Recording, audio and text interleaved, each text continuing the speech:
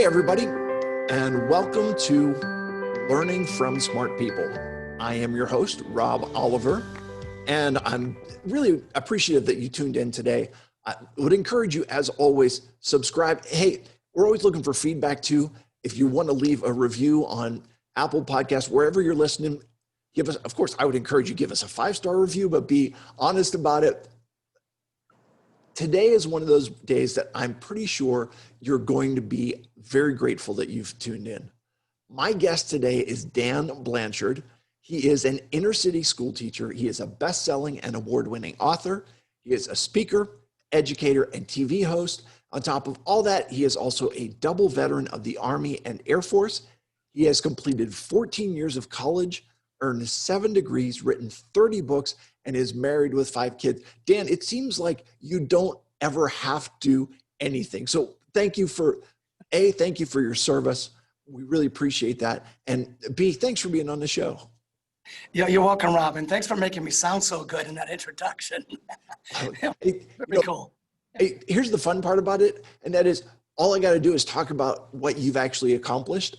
And in doing that, it gets right to the heart of who you are and kind of, what you're doing. So you are a teacher in the inner city. Do you mind me asking, what city are you teaching in?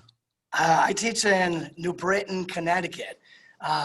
Pretty much I've taught at the largest inner city high school for a bunch of years, New Britain High School. Now today I'm pretty much right in the front yard working in the alternative high school that's there, which is a beautiful thing because I have, as you had said earlier, I have 14 years of college and 7 degrees, and I've got multiple teacher certifications. So here my job is I'm the special education teacher, because I have a master's in special ed, who is teaching the history classes, because I have a degree in history too. So, I love what I do. I'm kind of doing 2 jobs here, but it's all good, all good. That's awesome. Because there are people like me who would say, instead of doing 14 years of college, I did 14 years of high school, but that's a completely different story altogether.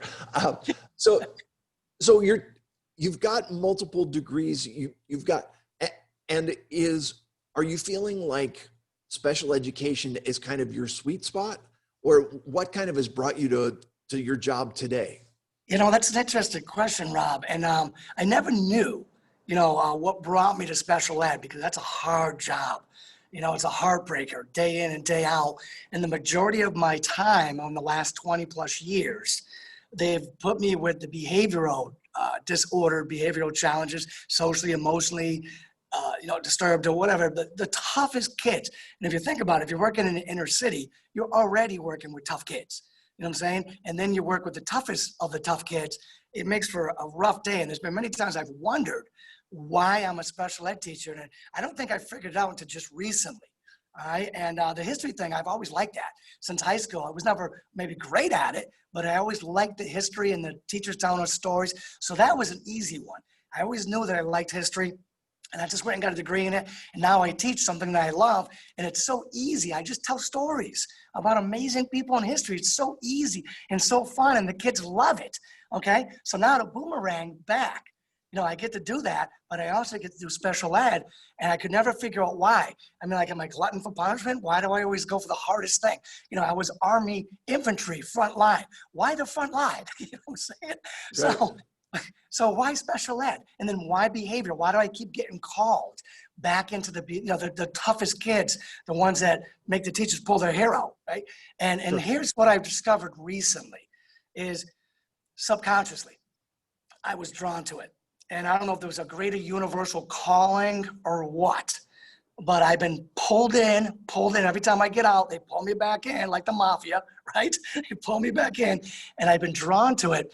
And I think it's because, subconsciously I'm drawn to it, but subconsciously I think I go to it because my brother was one of these kids. My brother was beaten from the time he was 6 months old.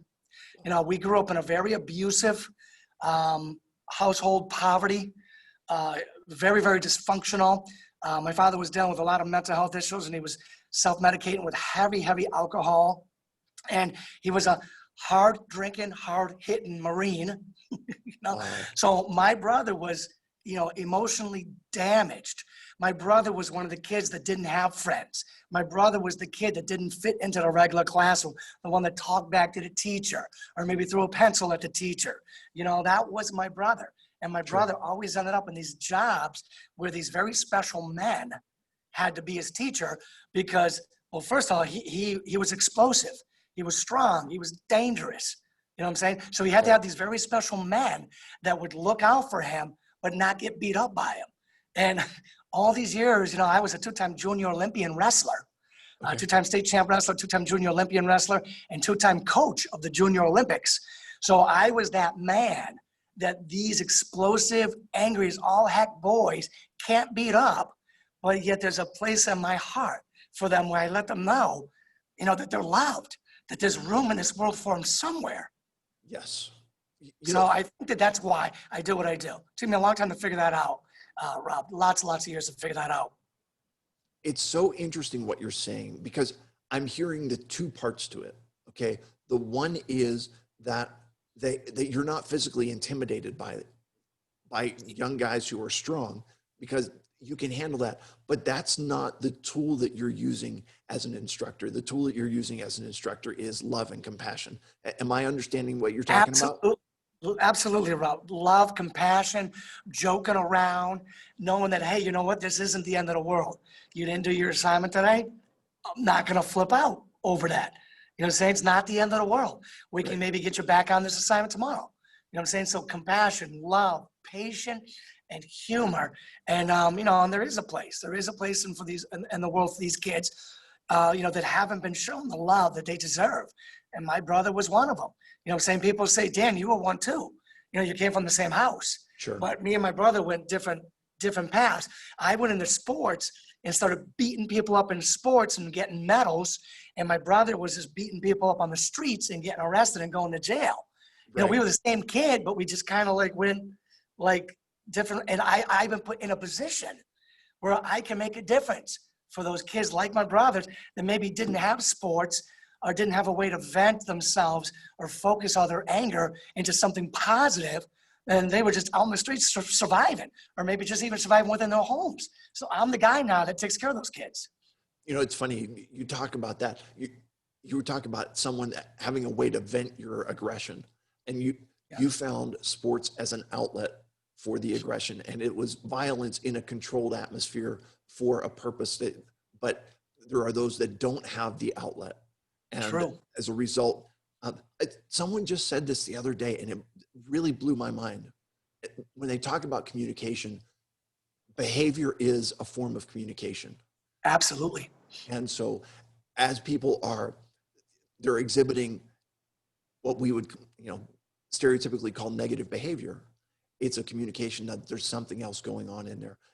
Dude, you and I are of kindred spirit. And let me talk about this a little bit. I am on the Pennsylvania Developmental Disability Council.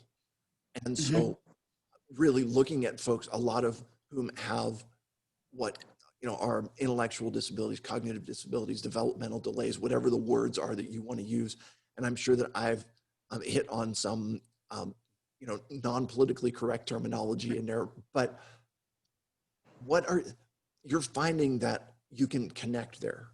And one of the things that I have been particularly concerned about is what's the transition like for these kids when they're getting out of high school and going into the quote unquote adult world.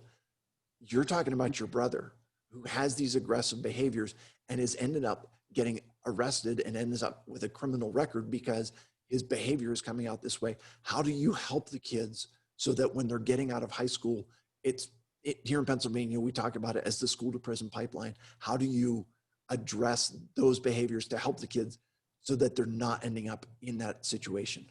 Well, I gotta tell you, first of all, any teacher out there, any adult out there, you gotta try to get the kids to realize that you're on the same team, that you're more alike than different. You know what I'm saying? I think I might have had some special ed disabilities that never been diagnosed. My wife insists that I'm ADD because I'm always tapping my finger or my foot or doing something, right? I even eat my food with intensity, right? So she insists I have ADD, but also I believe that I probably have like a processing disorder. All through my life, somebody would say something to me and they would look at me like, what's your answer? And I would still be like, what did they just say? You know what I'm saying? And they'd be looking at me like, what? And I'd say, what? And then they'd have to repeat themselves. And I'd say, what? And then they would get mad. And then I'd say, oh, it's the yellow one. And they'd go, well, why did you make me go through this if you knew it was the yellow one? And they'd be mad at me. And I'd be like, because I didn't understand until just now what you were asking. But that never got diagnosed. So I think every one of us has some form of disability. I don't even know if that's a real disability. I'm just saying maybe it's one that wasn't diagnosed. But every one of us has somewhere where we're weak. So every one of us can get together and say, I'm like one of you. You're like one of me. You know what I'm saying? We're like the same. We're more the same than we are different. Okay? So, I struggled a lot. I didn't get good grades. You know what I'm saying? I got out of high school and it was like, what was I going to do? So I went infantry, Army infantry, because the recruiter told me how cool it would be. You know what I'm saying? So I was like, cool, adventure, yeah. That's so funny. Yeah. Oh yeah, you'll love this. You'll love it. Right. Yeah, you can rappel down mountains, right? Oh yeah, tanks, all right. But the thing is, like, I was one of those kids, and that there wasn't a straight line for me. So this is what I try to tell adults and kids today, here's the thing. Life is more like a spider web. And that's a good thing, that life is more like a spider web. Because you can get out of high school, and there are some kids, they already have it in their head. They're going this straight line right to the top. The best schools, the best jobs, the big corner office, they're going to do that. That's not normal. That's what some people do. The rest of us, we get out of high school, and we may make a move right that opens up a bunch of different opportunities. And then we may go up and then diagonal left and diagonal down left. And it's just like a spider web. And every time we move, it's not straight, it's diagonal right. It's diagonal back right. You know what I'm saying? And that opens up new doors to other opportunities. And that's okay, because we're still going to get to where we're going. And heck, we might even have more fun than the guys that are just going boom, boom, boom, boom up the corporate ladder in the corner office. I love the analogy, and I talk about this. I do some speaking at schools, but what you're talking about is that as long as you've got kind of a destination, you know where you're kind of going. It's not a straight line to get there. And this is the same thing that happens on a map, right? When you're on a map, there's a number of different ways that you can get to any given destination. And yeah. Depending on where the traffic is, depending on what roads are under construction, depending on all of those things, you'll find out that, these days you have, I don't know if you use Waze on your phone, right? It's a GPS app, and it checks where the traffic is, and it redirects you around traffic and makes it. Yeah, I love that. Yeah, it's great. But here's the thing, that is, you're going to the same place, and you can get there any number of different ways. And some of them are going to be that straight line. And if there's no traffic, that's great. You go right down the interstate and it works fine. Some of them, you're going all the way. Here's goofy expression. You're going all the way around Robin Hood's barn to get to where you're going, right? Yeah. But at the end of the day, it's all about making progress. And it's all about moving. Sometimes you got to move sideways to get ahead. But it's all about moving forward.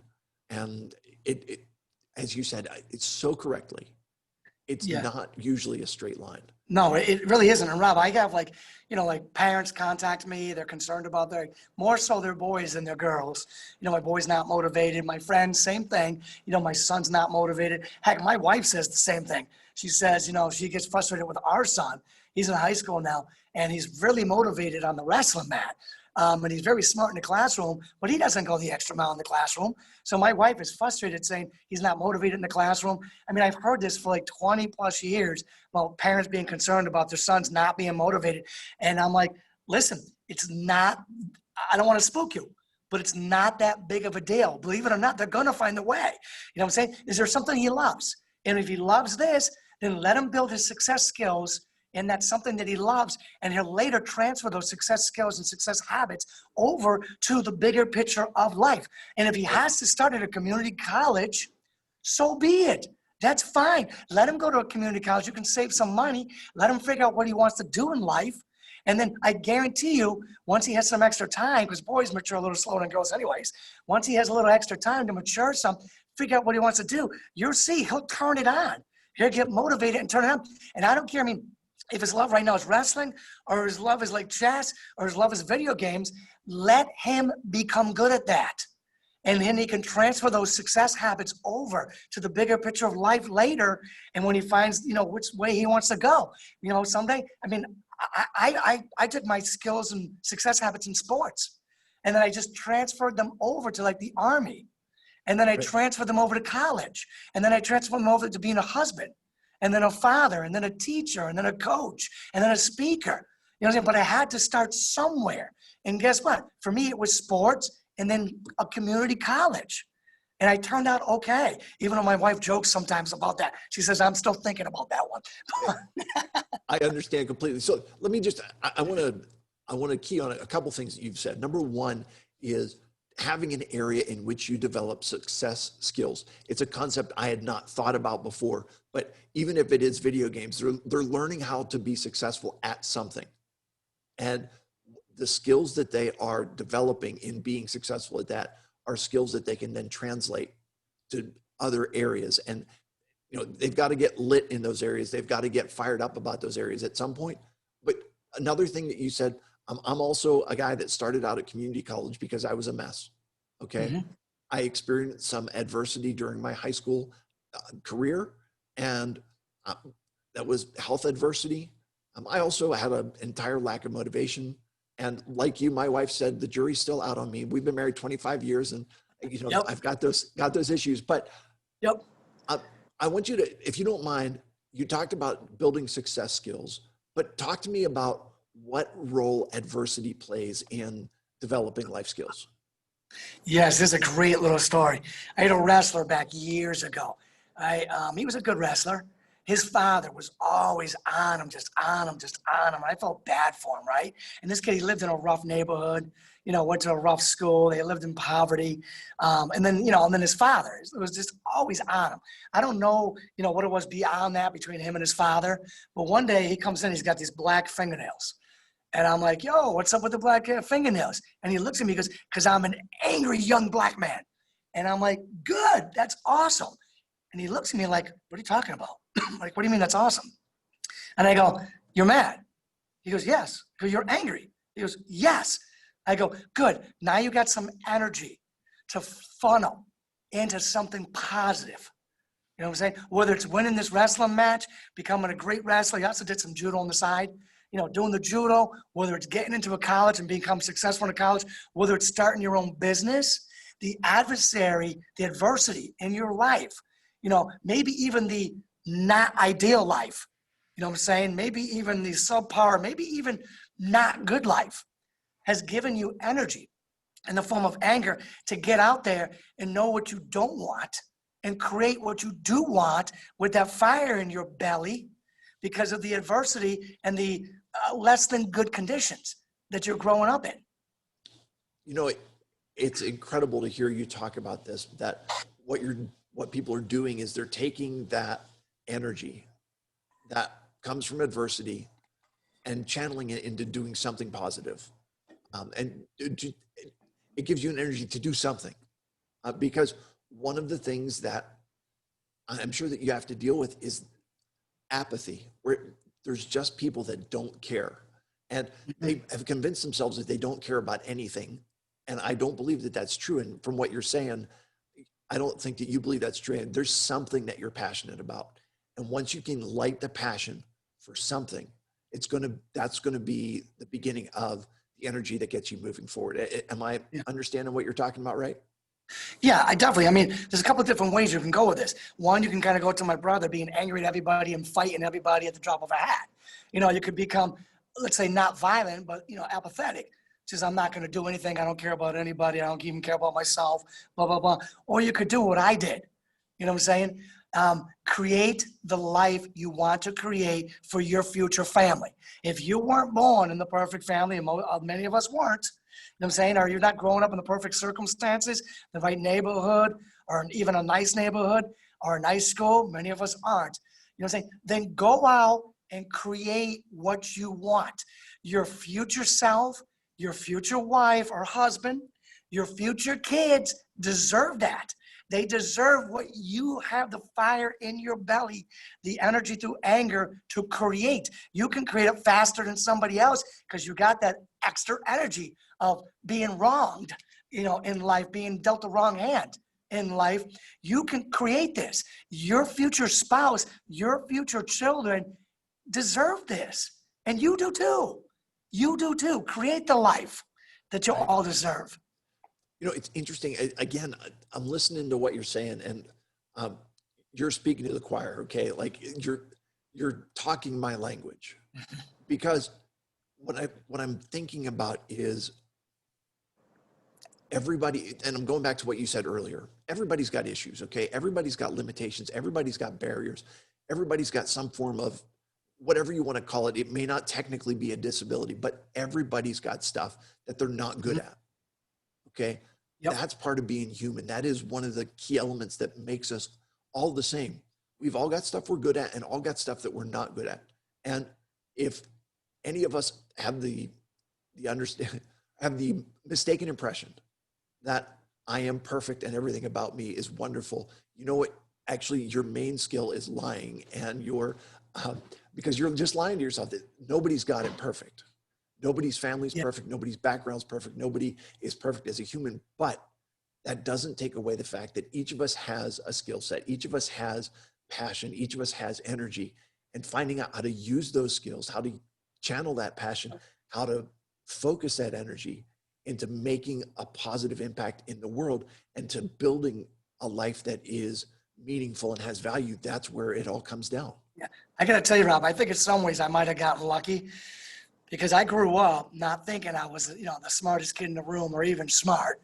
I knew that most of the stuff out there I didn't know. So I had to like listen to people and learn from people. You know, I wasn't that good with books, but I would listen to people. Later on, I'd become better at books. I'd become a prolific reader, you know, reading over 1,000 books. But I knew that I needed to learn stuff that I didn't know much. And then at age 20, on the other end, I got asked to be a high school wrestling coach. You know, there I was, 20 years old, coaching 18-year-old boys, and I was dang good at it.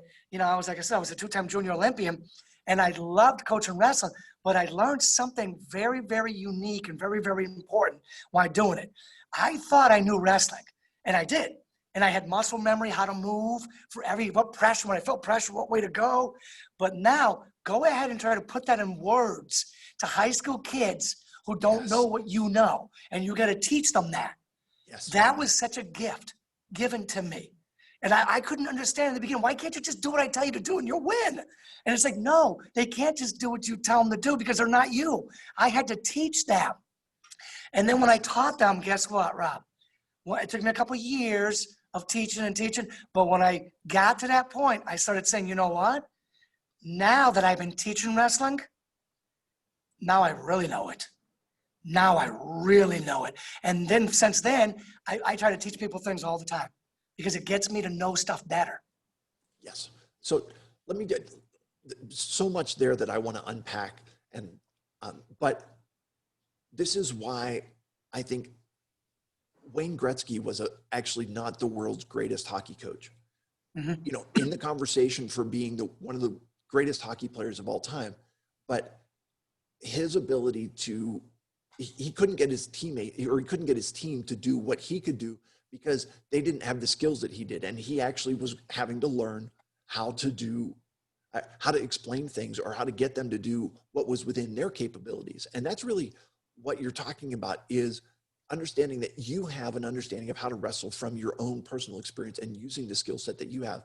But other people don't have your experience. They don't have your skills. And so you're having to teach them how to use the skills that they have to be able to, make the most of their strengths and to be successful in the ring, so to speak. Yes, and it was frustrating the first couple of years, but what a gift. What a gift it was. And then that drove me into the classroom, becoming a teacher. And every day I teach, and because I'm teaching, I'm learning. And that's really one of the premises of this show is we can learn, we all should be learning every day. And you talk about the fact that it's so important to be a lifelong learner. Do you have any tips for how to be a lifelong learner, or any ideas, what you can share with us about that concept? Oh, absolutely. Most people have phones, right? On phones, there's like apps for like free library book borrowing. You know what I'm saying? So you can keep 1,000 books in your pocket now. They used to keep 1,000 songs in their pocket.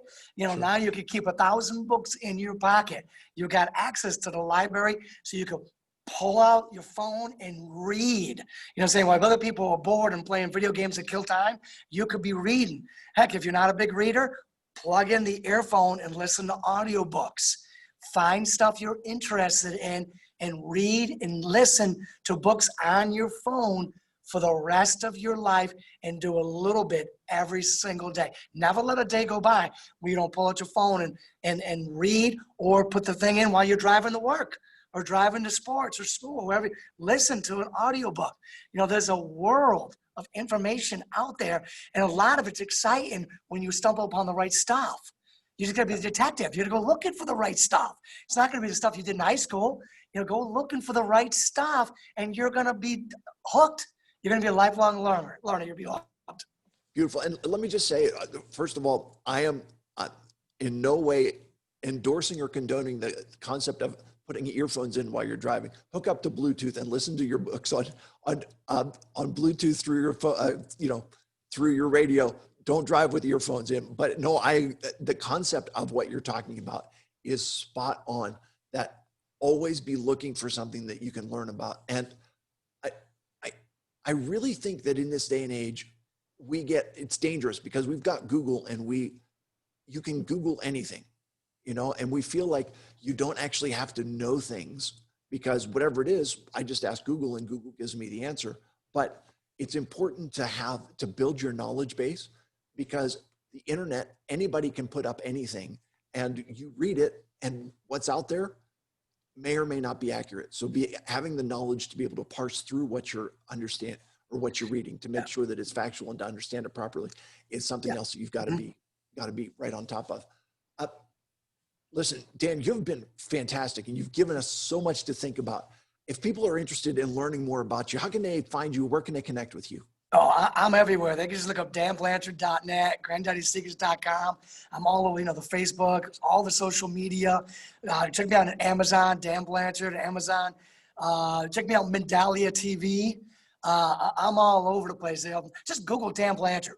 You'll have no trouble finding me. Wonderful. And I'm happy to put all of the links to that down in the show notes, so that for anyone who is looking for some links from social media, whatever it is, we'll get them connected with you, and they can follow you and find out more about you.